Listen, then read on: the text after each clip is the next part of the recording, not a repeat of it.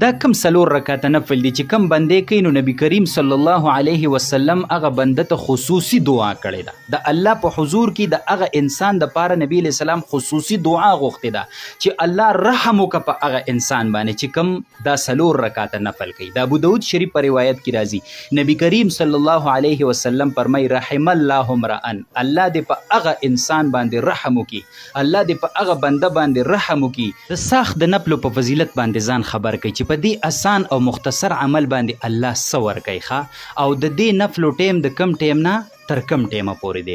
ګوره جی حدیث مبارک کی راځي حضرت ابو ذر رضی الله عنه فرمایي چې نبی کریم صلی الله علیه وسلم او فرمایل چې په تاسو کې د هر یو کس په ذمه باندې د خپل بدن د هر یو جوړ په بدل کې روزانه یو صدقه ده. حضرت داود علیه السلام به یو دعا کوله او دا دعا نبی علیہ السلام خپل امت ته خودلې ده. بهترین دعا، بهترین کلمات او داسې زبردست ترجمه چې تاسو ته ما وکړه نو یقینا چې دا دعا به ستاسو ډیره زیاته خوښه شي. دا کم سلور رکعته نفل دی چې کم بندې کوي نو نبی کریم صلی الله علیه وسلم هغه بنده ته خصوصي دعا کړې ده د الله په حضور کې د هغه انسان د پاره نبی علیہ السلام خصوصي دعا غوښتې ده چې الله رحم وکړه په هغه انسان باندې چې کم دا سلور رکعته نفل کوي. د ابو داود شریف په روایت کې راځي نبی کریم صلی الله علیه وسلم فرمای رحم الله امرأ، الله دې په هغه انسان باندې رحم وکړي، الله دې په هغه بنده باندې رحم وکړي صلی قبل العصر اربعا چې دی د مازیګر د فرضو نه مخکې سلور رکعته نفل وکړي. ګوره طریقې درته ښیم ښه، جایز طریقه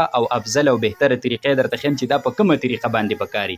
خو تاسو د نبی علیہ السلام د دعا ته سوچ وکړئ نن خلک د الله د رحم په انتظار دي چې الله زما د بچو مشکلات دي، زما د رزق مشکلات دي، زما په کور کې جنگ جګړې دي، زه په مختلف تکلیفونو او تانو تحصیلونو په ټینشنونو کې په ذهني بیمارو کې مبتلا یم، الله په ما خپل رحم وکړي. نو نبی علیہ السلام دې بنده ته خصوصي دعا کړې ده چې الله دې په در رحم وکړي. نو که ته د الله رحم غواړې او د نبی علیہ السلام په دې خصوصي دعا کې ځان راوستل غواړې نو د مازیګر د فرضو نه مخکې دا سلور رکعته نفل خامخا کوه. هغه که تا د مازیګر مونځ د جمع سره کو صحیح شوله که نه د جمع سره پابندي کوه نو د هغې نه مخکې دا سلور رکعته نفل کوه. او که د مازیګر جمع در نه شوې وه او مکروه ټیم ته مونځ قضا کېدو ته یا مکروه ټیم ته نږدې ټیم نو یعنی په وخت د مازیګر مونځ کو نو د هغې نه مخکې سلور رکعته نفل اول وکه او بیا د مازیګر سلور رکعته فرض وکه. دا نفل دوه رکعته کولی شي، بهتره ده چې ته دوه رکعته وکړي، 2 رکعته یو او 2 رکعته بل، سلور رکعته پوره کړي.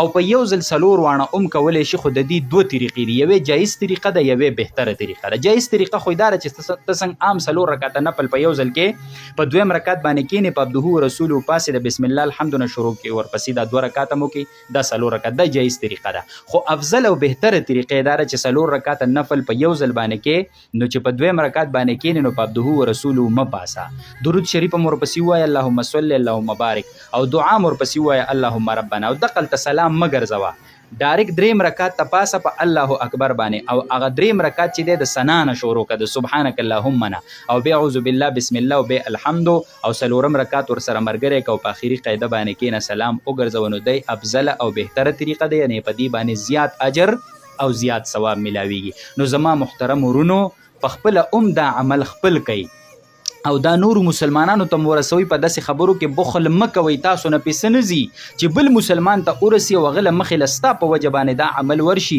نو دا به زما او ستا دپاره صدقه جاریه وي او د هغه په عمل کې به الله هغه له پوره اجر ورکوي او ما او تعالی به هم الله اجر راکوي، ځکه چې ښه خبره بل ته رسول دا صدقه ده، او به حدیث مبارک بل ته رسول داسې بنده ته نبی علیہ السلام مبارک دعاګانې کړي دي.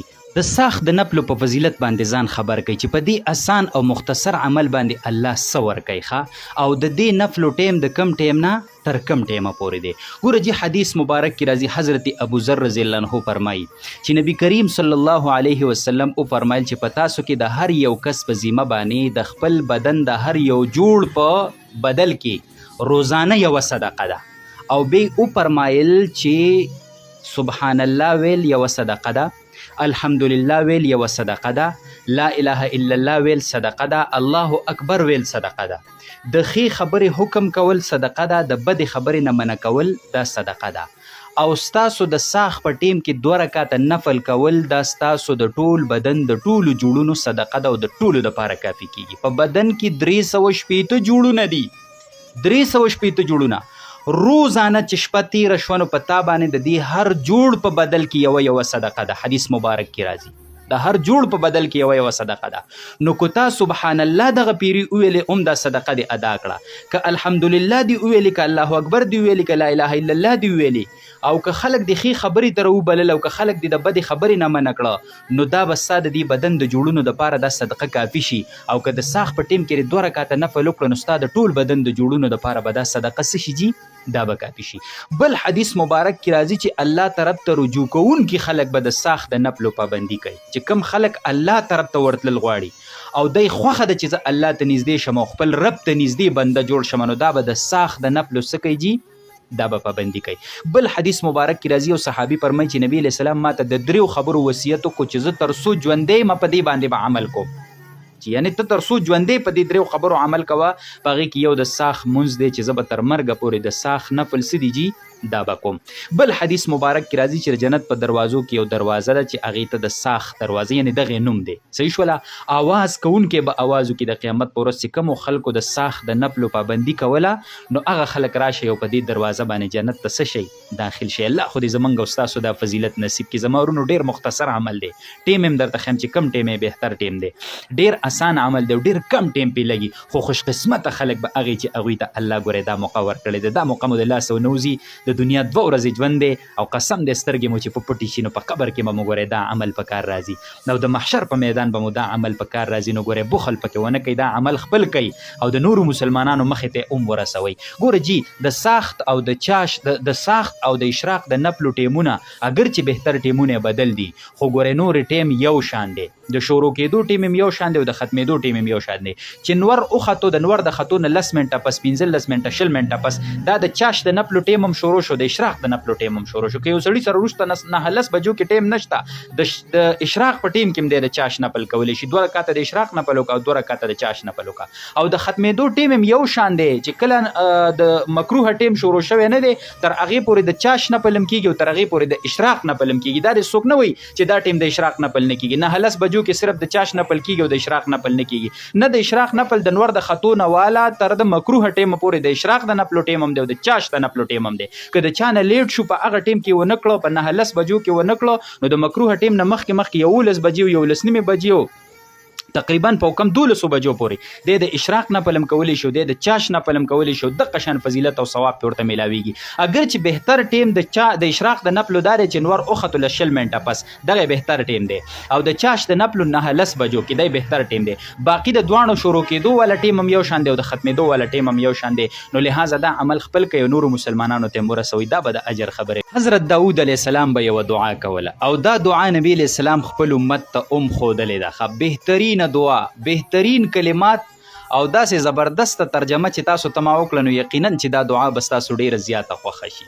ترمذي شریف کې روایت دی د حضرت ابو الدرداء رضی الله عنه نه، فرمایي چې نبی کریم صلی الله علیه وسلم وفرمایل چې د داود علیه السلام په دعاګانو کې یوه دعا دا وه: اللهم انی اسألک حبک، یا الله زه تا نه ستا د محبت سوال کوم، الله ما ته زما په زړه کې خپل محبت واچوه، ته ما ته محبوب وګرځه الله، وحب من يحبک، او د هغه خلکو د محبت سوال درنه کوم څوک چې تا سره محبت کوي. په دنیا کې چې د کومو خلکو تا سره محبت دی، نو زما د هغه خلکو سره مینه او محبت پیدا کا. ستانه چې کوم غیر خلک دی او د تا سره چې د چا مینه نشته، الله د هغه خلکو نه مې نفرت پیدا کا، محبت مې د هغه خلکو سره پیدا کا چې د چا تا سره محبت دی.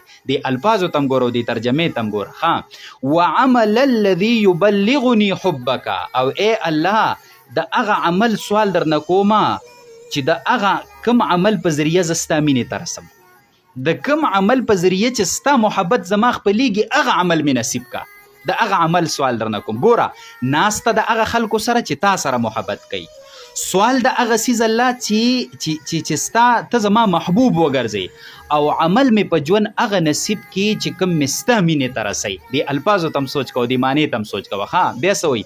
اللهم اجعل حبک احب الیه، یا الله ته د خپل محبت ما ته ډیر زیات محبوب وګرځوه من نفسي، زما د نفس نه. که زما نفس یو خواهش غواړي که نه، خو ستا محبت پرې رامخکې چي، نو زما د نفس دا خواهش به وروستی او ستا محبت په الله مخکې. نو د خپل نفس نه ماته زیات محبوب د خپل محبت وګرځوه. و مالی او زما د مال نه ماته زیات محبوب خپل محبت وګرځوه.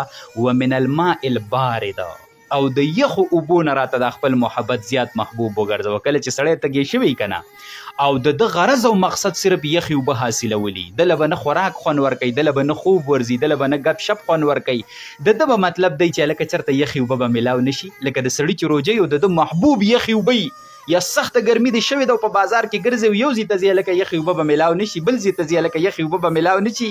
نو ای الله د خپل محبت ماته زما د نفس نه، زما د مال نه او د یخو اوبو نه زیات څه وګرځوه؟ محبوب وګرځوه. نو تاسو د دې دعا د کلماتو ته سوچ وکئ. اللهم انی اسألک حبک وحب من يحبك وعمل الذي يبلغني حبك اللهم اجعل حبك احب الي من نفسي ومالي ومن الماء البارد. بهترین کلمات تی تاسو ته په سکرین درکړلی شي، په خپل هم یاد کړئ، دې سره بار بار وګورئ چې الفاظ یې صحیح وایي او نور مسلمانانو ته هم ورسوئ. نو دا به صدقه جاریه وي. په نفلو کې په سجدو کې وایي ګوره ډېر زیات قبلیږي. دا په سجده چې پروت سم خوند او مزه کوي، چې د تسبیحاتو نه پس دا کلمات وي او دا معنی هم درته یاد نو سم خوند او مزه کوي. او حدیث مبارک کې راځي چې دغلته قبلیږي، ښه قبلیږي. نو په نوافلو کې، په سنتو کې، فرض مونځ دې ځان لکو، په سجدو کې وایي او تسبیحاتو نه پسې وایي. ډیره بهترینه دعا ده او بهترین عمل دی. وصلی الله علی النبی الامین.